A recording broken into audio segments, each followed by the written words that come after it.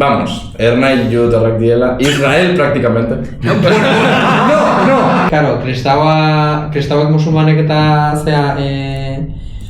jutarrek sinisten zutela berdina, baina aldatzen zala bukareko lorea, eta nahiko graziosoa iruditu zitzaidan. Claro, porque el testamentu zarra partekatzen dute hirurek. Da, bai. Testamentu zarra, baina historia hori parte bat. Bai, uste dut judutarrak eta kristauek bai partekatzen dute hori testamentu zarra, baina testamentu berria... Bueno, ez guztia baina bai.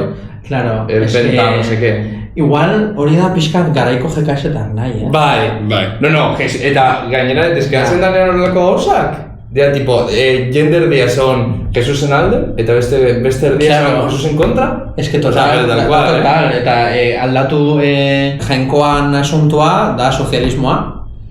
Eta orduan biak dira sozialista, baina ulerkera ezberdinetik. Lore ezberdina da. Esan bara da, kasu honetan, judutarrek Ernai izango lirateke, eta kristauak GKS.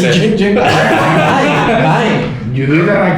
Claro, porque judutarrak dira como instituzioa zeukaten momentu horretan. Jesus jaiotzen da, judutarra izan da, baina gero, bera, como que instalatzen du kristiautasuna... Horregan austura ikasten. Hori da, horregan austura. Eta jaiotzen du Jesus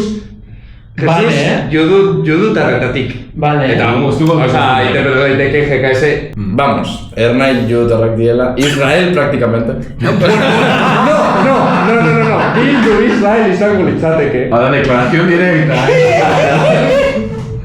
A ver, itxen. Hear me out. Izango litzateke Hombre, no, porque... GKS-ren aita santua. Stalin.